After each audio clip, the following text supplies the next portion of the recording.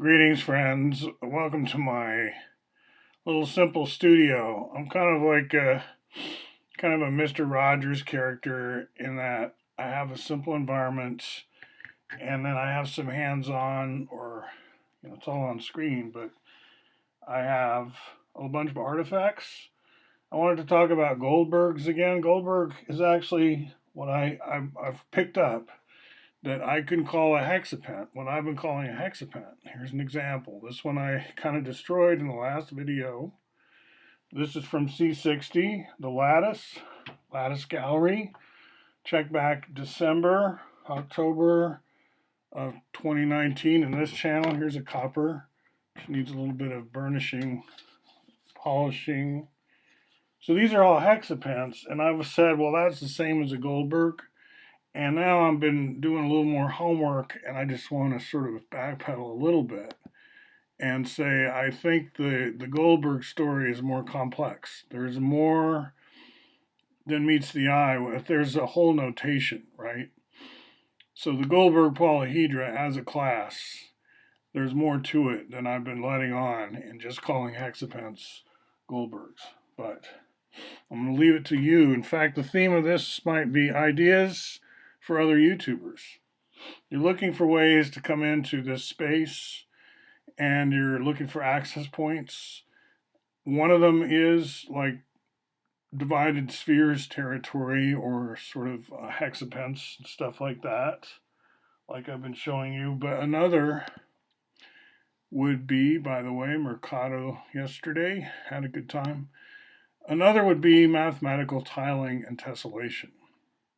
And this is what we've been looking at in the space-filling tetrahedron world, which is a link also to Goldberg, because it just turns out that his research as a mathematician, Michael Goldberg's, sort of crisscross shadowed or partially overlapped what Fuller was doing in Synergetics, and the synergies of their life trajectories are still kind of yielding results. We're still getting a lot of good results by going back and forth and seeing how each one was thinking about a topic, such as space-filling tetrahedra. So by Fuller, I mean the guy who was really into futurism in the sense of things we would all recognize as futuristic, changes to the housing options using more aerospace level culture. Not just like Airstream, though. More because the domes could be huge and the buildings inside could be relatively less structurally reinforced because the dome's taking care of a lot of that. You'd have more like a theater prop internals in a lot of cases. Like it would be easy to change the floor plan of whatever we're talking about. Now he did like more industrial projects and less what we'd call domestic civilian, and I'm trying to bring those together the way he did. By the way, about 4 videos ago or so, I was faced with a huge hole in one of my pipes in the basement. I didn't want to show any product at that point that I used because, hey, was this even going to work or hold?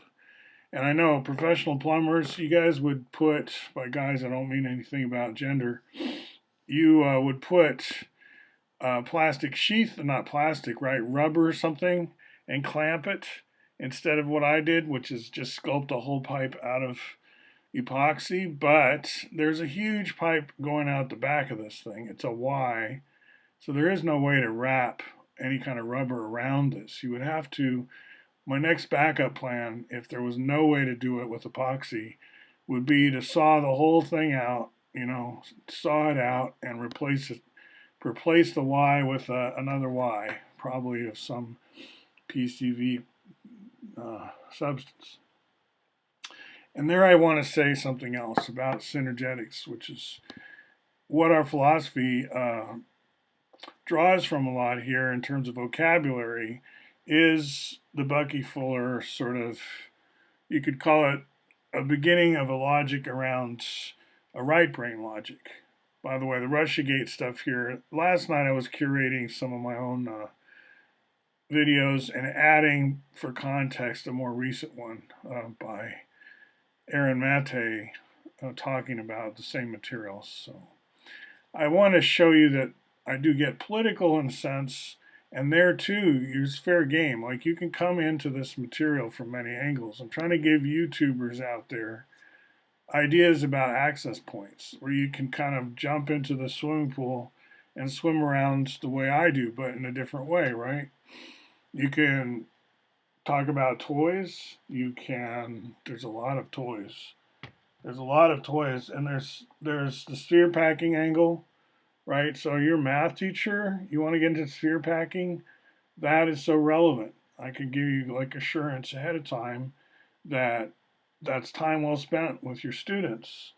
And when you're getting into sphere packing, you're going to want to talk about space filling and tessellation and things like we've been talking about on this channel.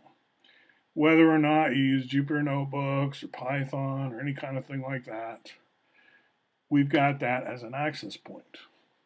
So if you're a student listening and you're hearing me talking to the teachers and saying, hey, here's an access point, here's an access point, and you know I've been doing this for decades, right? So the question is, why don't big companies like Pearson pick it up?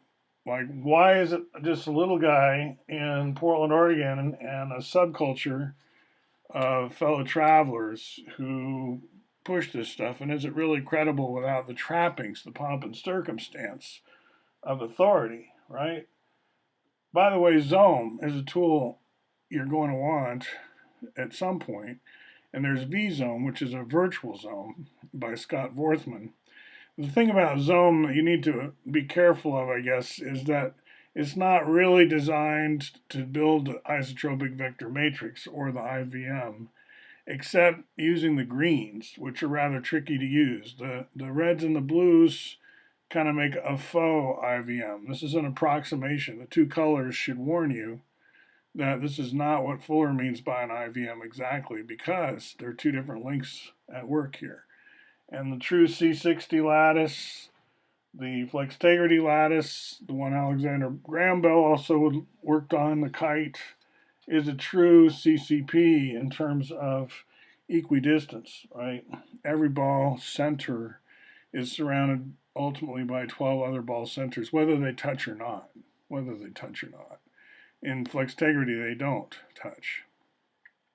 So yeah, my tie together is this kind of old lead plumbing and stuff like that is so much in contrast. So compare and contrast to this industry that industry missed. In other words, we never did go forward with our full potential in this domain. That would be the premise of a whole bunch of YouTubes, a whole bunch of channels, really.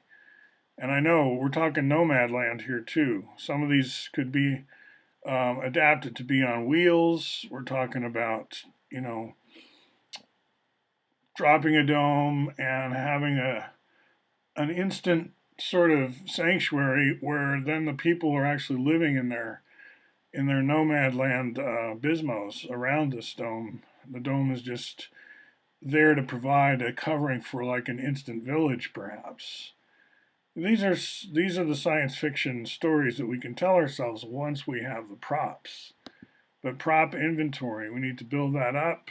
Look at my work on GST, and I'll conclude by saying again, I think that the Goldberg story is bigger than just calling it a gold. Every hexapent you come across, calling it a Goldberg instead, is correct in terms of terminology, but it doesn't give the whole story. So if there's something we want to take from this video, study hexapents and study terminology, and don't get too confused. You know, this could also be your link to the carbon C60, right? When I say C60, as I've been saying up till now, this is a brand name, C6XTY, right? C60. C number 6, letter X, TY, C60. And there's a lot on this channel about it, but that's an illusion, right? It's a clever marketing, and it ties into Buckminster Fullerene, which is C60, letter C60, right? So just to be clear. And that's another entry point, carbon chemistry. diamond. So there's so many ways to come in. Ask your teacher. It's like they say, ask your doctor.